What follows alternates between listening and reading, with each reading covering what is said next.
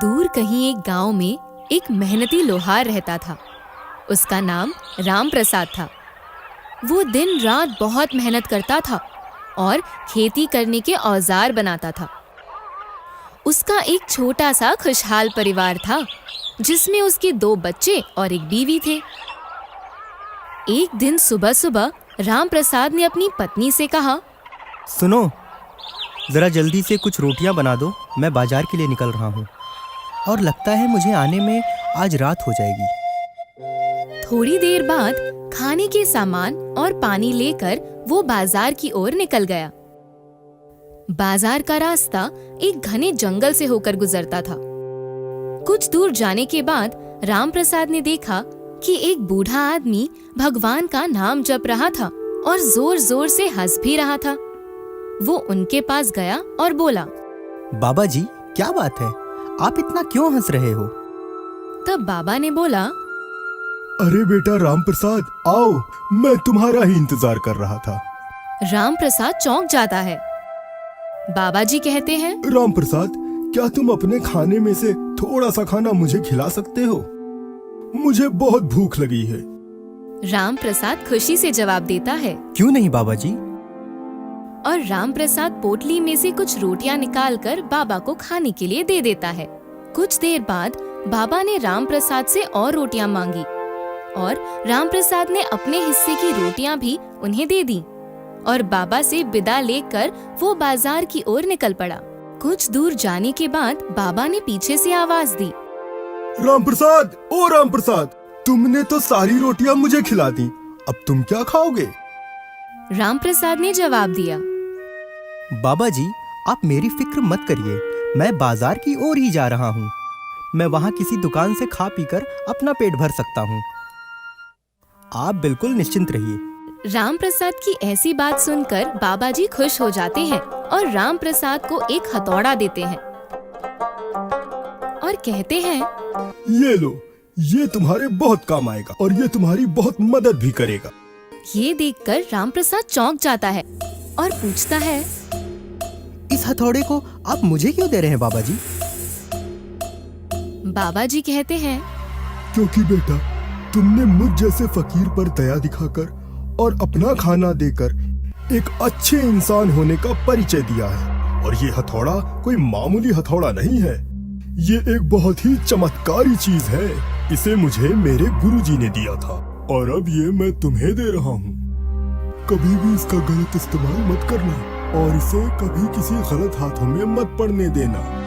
ये कहकर बाबा जी अचानक गायब हो जाते हैं। ये सब देखकर राम प्रसाद वो हथौड़ा लेकर बाजार की ओर निकल पड़ता है। दूसरे दिन से राम प्रसाद हथौड़ा लेकर अपनी दुकान में काम करने लगा। जब वो हथौड़ा किसी लोहे पर पड़ता तो अपने आप बर्तन में बदल जाता। कभी खेती के औजार अपने आप तैयार हो जाते। ये देखकर गांव वाले आश्चर्यचकित हो गए। जिस ग्राहक को जैसा औजार चाहिए वैसा काम वो हथौड़ा कर देता था।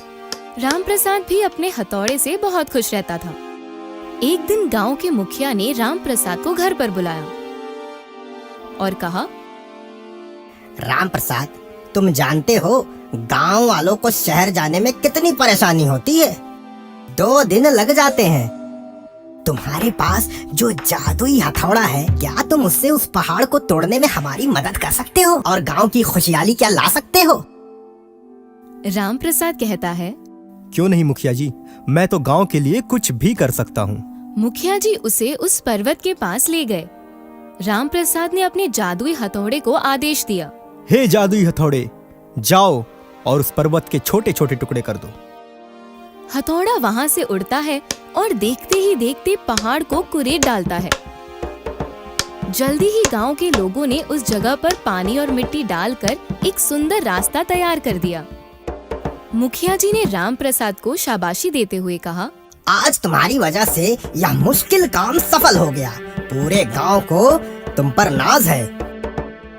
घर आकर राम प्रसाद के मन में एक बात आती है।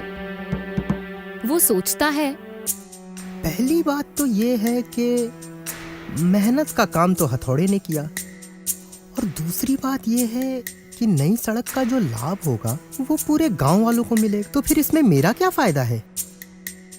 हताश होके वो दोबारा जंगल की ओर प्रस्थान करता है। थोड़ी दूर चलने के बाद राम प्रसाद को फिर से वो बूढ़ा आदमी वहीं मिलता है। राम प्रसाद उस बूढ़े आदमी को अपनी पूरी कहानी बताता है। कहानी सुनकर बूढ़ा आदमी राम प्रसाद को हथौड़े की वास्तविकता समझाते हुए कहता है, हथौड़े का प्रयोग बल से नहीं बुद्धि से होता है। वो राम प्रसाद को समझाता है कि हथौड़े की एक नहीं अनेक काम और फायदे हैं।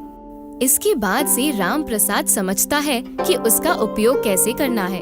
वो अपने हथौड़े का उपयोग सिर्फ खेती के औजार नहीं बल्कि अलग अलग चीजें बनाने में और तोड़ने में करने लगा और बर्तन बनाने आदि काम करते करते देखते ही देखते राम प्रसाद एक अमीर आदमी बन गया और उसका अपना सपना पूरा हो गया। तो बच्चों, आज हमने क्या सीखा? हमारे पास जो चीजें होती है उसका मोल हमें पहचानना चाहिए।